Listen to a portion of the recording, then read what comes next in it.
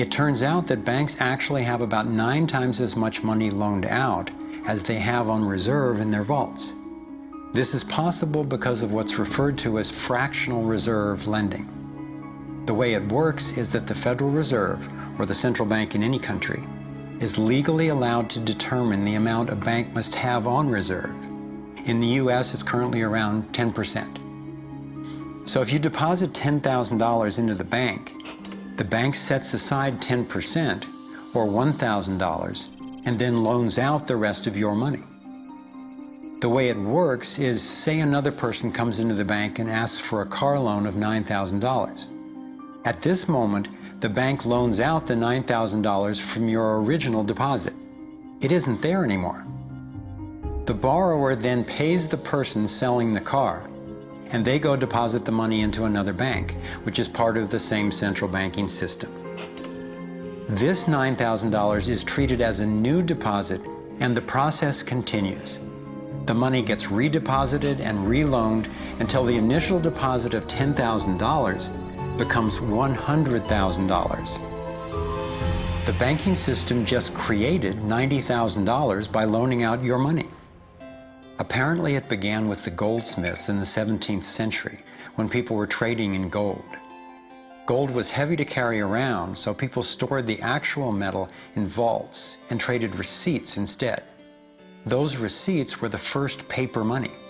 Since only a few people would withdraw their gold at any given time, the vault owners, basically the new bankers, began creating receipts for more metals than they actually held. They loaned out those receipts and charged interest on money, gold, that they didn't really have.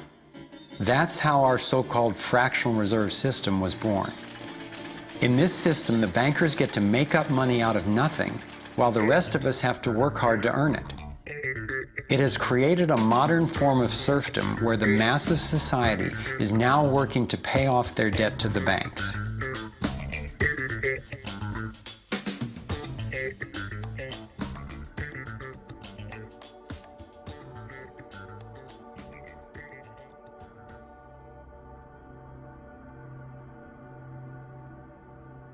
Under this fractional reserve scheme, we inevitably become debt slaves to a ruling class of financial elite, not because they are better or smarter than anyone else, but because they have rigged the system to benefit themselves at the expense of most people on the planet.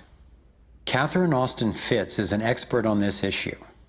She was an Assistant Secretary of Housing and Urban Development under President George Bush Sr., and then an advisor to the Clinton administration. Let's set up a game of Monopoly and you want to buy Park Place. What I can continually do is just print money, give myself more money, lower the value of your money by printing more. No matter how hardworking you are or how successful you are, I can always end up buying you for free. So how come if you or I make up money, it's called counterfeiting, but if the banks do it, it's increasing the money supply? How did the banks get this power? This is Jekyll Island, where in 1910, representatives from the Rockefellers, Rothschilds, Morgans, and other private bankers gathered secretly to draft the legislation that would create the Federal Reserve. Ed Griffin literally wrote the book on what happened at Jekyll Island. Central banks are banking cartels which have gone into partnership with the respective governments in the countries where they operate. And they've been given monopolistic power over the creation of the nation's money supply. That's what the politicians handed to them as a gift, you might say, for the partnership. Now, in return, what did the bankers do for the politicians? They promised to create money out of nothing, now that they've got this legal power to do it anytime the government needs it.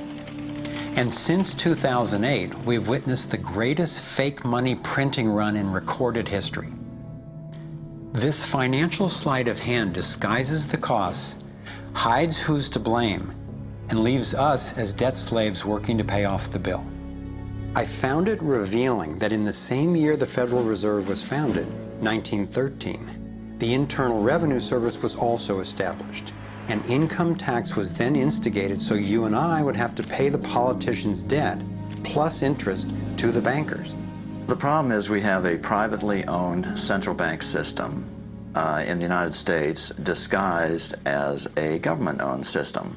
Now, if you look in the telephone book here in the Washington, D.C. area, you look up for Federal Reserve in the blue government pages, it's not there. It's in the white pages right next to Federal Express. It's a privately owned central bank. What is the proper relationship, what should be the proper relationship between a chairman of the Fed and a president of the United States? Well, first of all, the Federal Reserve is an independent agency, and that means basically that there is no other agency of government which can overrule actions that we take. There is no other agency of government which can overrule actions that we take. We have a private bank that prints money on behalf of the Treasury. The Federal Reserve prints money on a debt-based system which creates scarcity. But it puts a group of insiders in a position of having access to all the data about the economy when we don't. So you have a small group of bankers who understand the data on how the money works in the economy, and it gives them the ability to print money in a way that the insiders are protected and everybody else is drained.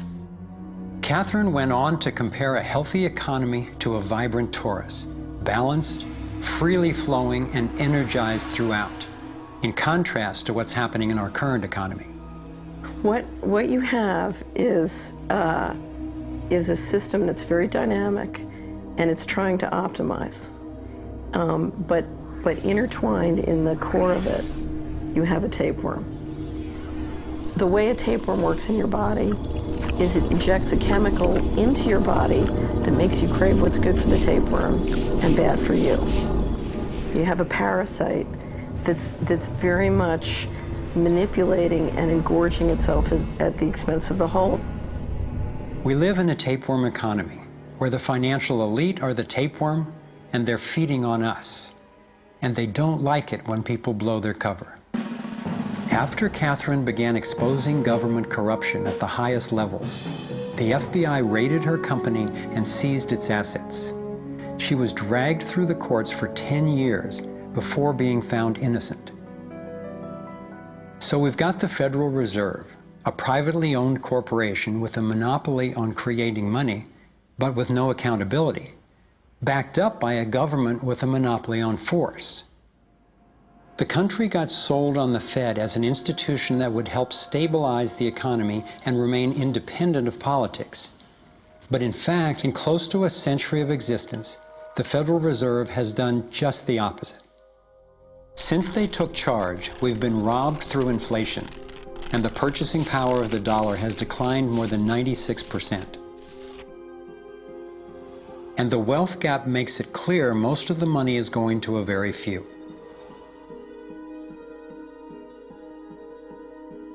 Only 16 years after the Federal Reserve was in power, America experienced the Great Depression. My research revealed that before the big crash in 1929, the elite bankers pulled their money out of the stock market.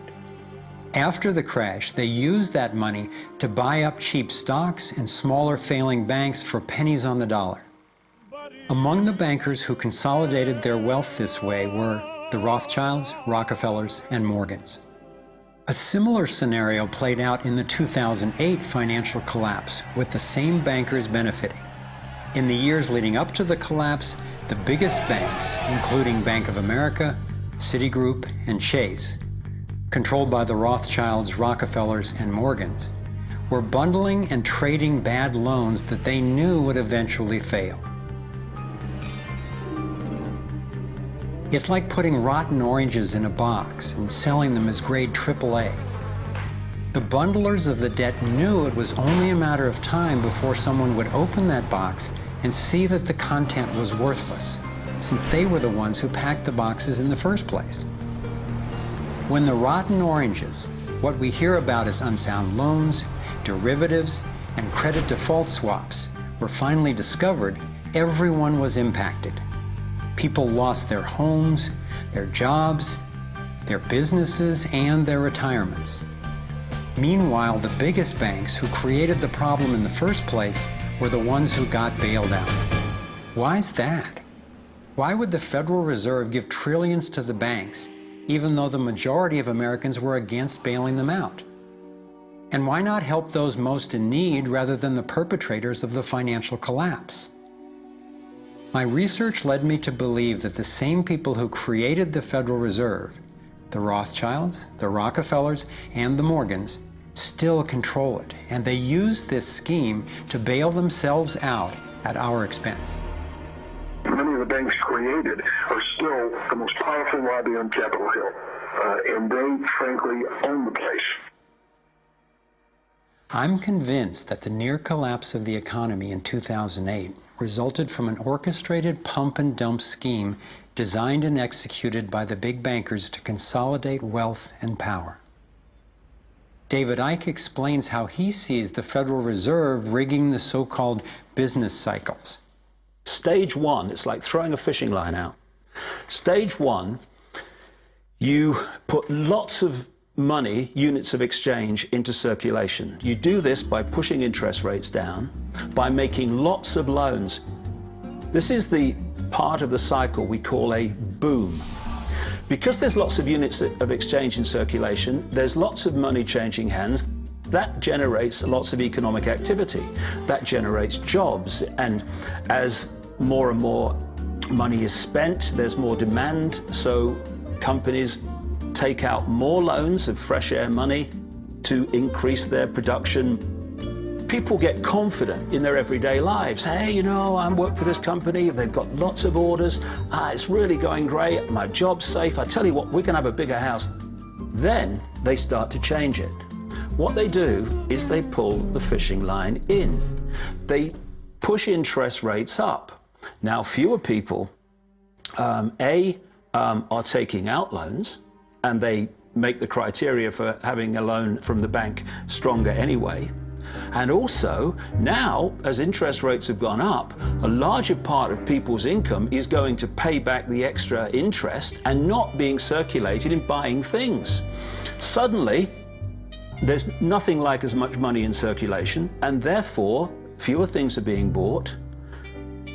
Companies start to go down in terms of their profits, they start to shed jobs, and they start to go out of business. People lose their jobs, they can't pay the mortgage anymore of the big house they took out in the good times. Now what the banks are doing is starting to reel the fishing line in, because as they go bankrupt, companies and individuals, the banks get the real wealth, the property, the land, the resources that they had signed to them for lending merely figures on a screen. Now this economic cycle of fishing line out, fishing line back, lots of units in circulation, pull them in, has been going on for centuries. And what it's done, it's stolen and accumulated the real wealth of the world in the hands of the few.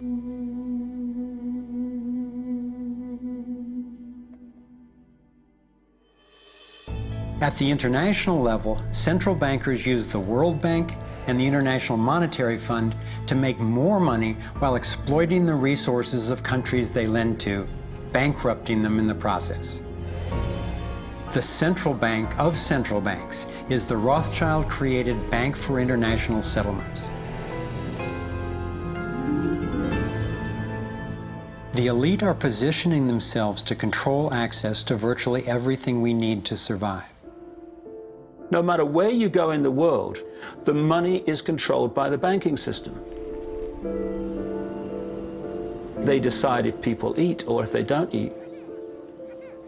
Who's a billionaire and who lives on less than $1 a day? He who controls the money controls the world, and a very few control the money.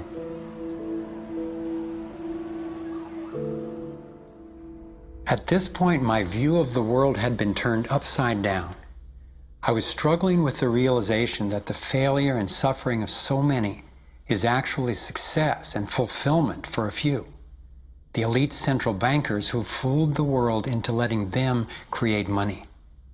They already have vast fortunes, so what is their end game? What is their ultimate agenda?